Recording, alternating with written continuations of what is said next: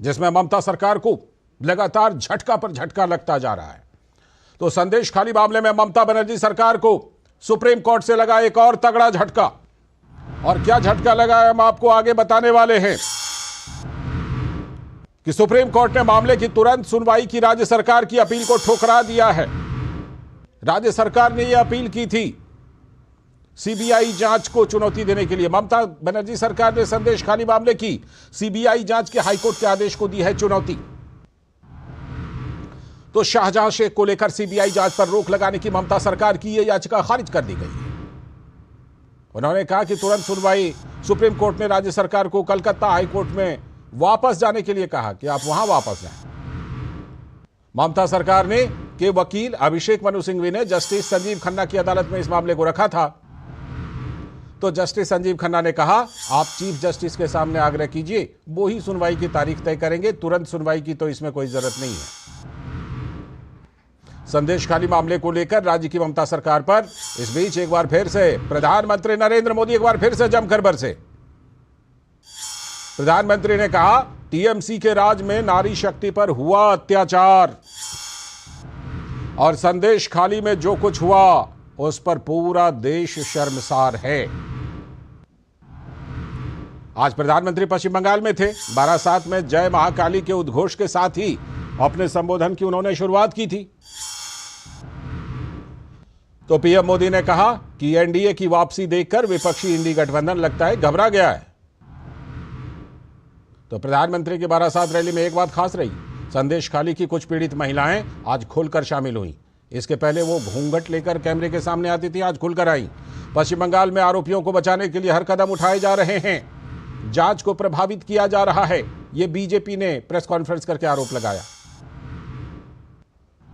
निष्पक्ष जांच की जरूरत है जिससे जनता का विश्वास बना रहे। राज्य पुलिस तो पूरी तरह से पक्षपातपूर्ण कार्रवाई कर रही है, ये बीजेपी ने आरोप लगाया। और यह भी कहा है कि आखिर ऐसी क्या मजबूरी है कि ममता बनर्जी शाहजहां शेख को बचाने में जुटी हुई हैं। बात बीजेपी की नहीं, कांग्रेस नेता अधीर रंजन ने भी आरोप लगाया ममता सरकार शेख शाहजहां को बचाने का काम कर रही है। तो पहले जरा देख लीजिए, प्रधानमंत्री नरेंद्र मोदी ने ममता सरकार को तुष्टीकरण और तोलाबाजों की सरकार बताया। पीएम ने कहा कि संदेश खाली में जो घोर पाप हुआ उससे किसी का भी सिर शर्म से झुक जाएगा। मैं देख रहा हूं कि टीएमसी के माफिया राज को ध्वस्त करने के लिए बंगाल की नारी शक्ति निकल चुकी है। संदेश खाली ने दिखाया है कि पश्चिम बंगाल की बहन बेटियों की बुलंद आवाज सिर्फ और सिर्फ भाजपा ही है। साथियों, तुष्टीकरण और तोलाबाजों के दबाव में काम करने वाली टीएमसी सरकार कभी भी बहन बेटियों को सुरक्षा नहीं दे सकती।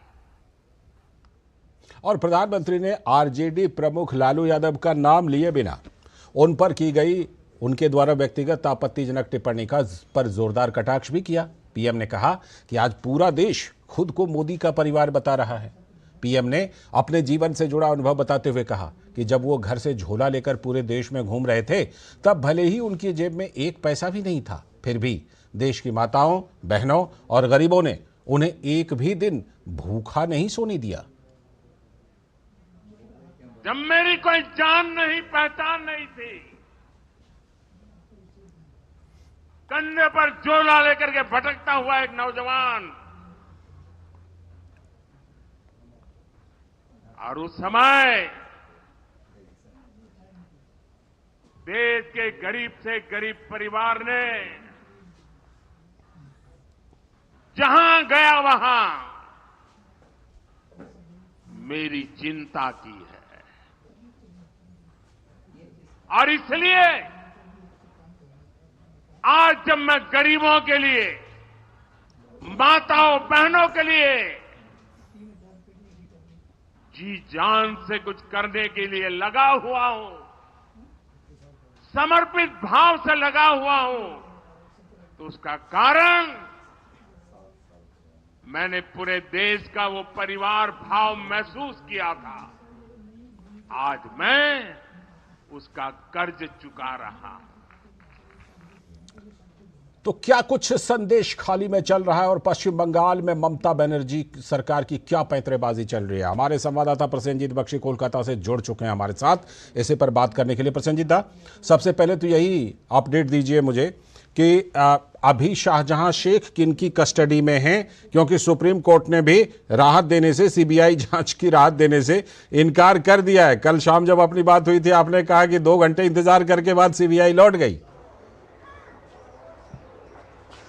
लालचांद, बात यह है कि आपकी ये सवाल सुनकर मुझे हंसने की मन कर रहा है, क्योंकि थोड़ी देर पहले हमारे साथी निखिल से जब मैं बात कर रहा था तो मैं कह रहा था कि हम जब इस तरह के टेलीविजन चैनल में काम करते हैं तो यहाँ पे टाइम दिया जाता है कि 3 बजे की फोनो है, 3:30 बजे की लालचांद के साथ मेरा लाइव है। लेकिन आज प्रदेश सरकार की हाल ऐसा है कि इस प्रदेश सरकार को अदालत की तरफ से टाइम दिया जा रहा है। अगर टाइम नहीं दिया जाए तो पता नहीं कल की तरह एक किसी ना किसी वकील अपने दिल्ली की घर की छत से चिल्लाकर कहेंगे कि मैंने मेंशन कर दिया हुजूर, तो बस उसी को बहाना बना के यहाँ पे सरकार और बंगाल पुलिस और सीआईडी ने फिर से हो सकता है कि शेख शाहजहां को सीबीआई को हिरासत देने से इनकार कर दे। तो इसलिए 4:15 तक, अभी थोड़ी टाइम बाकी है, 4:15 तक बताया गया कि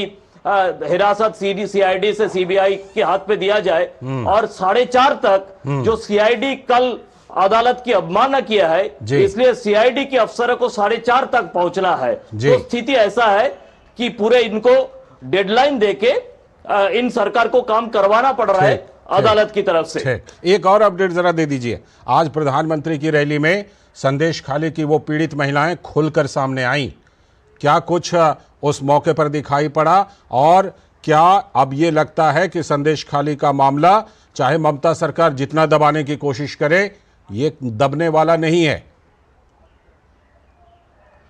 देखिए लालचंद, इसमें दो पहलू है। एक तो अगर दिल्ली प्रधानमंत्री की घर बताया जाए, वैसे तो प्रधानमंत्री के लिए पूरा देश परिवार है, जी। लेकिन फिर भी तो वहां से 1500 किलोमीटर दूर आके संदेश खाली के पास बारासत पहुंच के इन महिलाओं की आंखों के आंसू पोंछने की काम किया है प्रधानमंत्री नरेंद्र मोदी ने जी। और सुबह 10 बजे ममता बनर्जी ने इस तरह की कुछ महिलाओं की, मतलब जो आशा कर्मी है, जो आईसीडीएस की कर्मी है, उनका 500 रुपया तनख्वाह बढ़ाकर इनका ईमान खरीदने की काम किया है। तो ये जो अंतर है आपको समझ में आ जाएगा।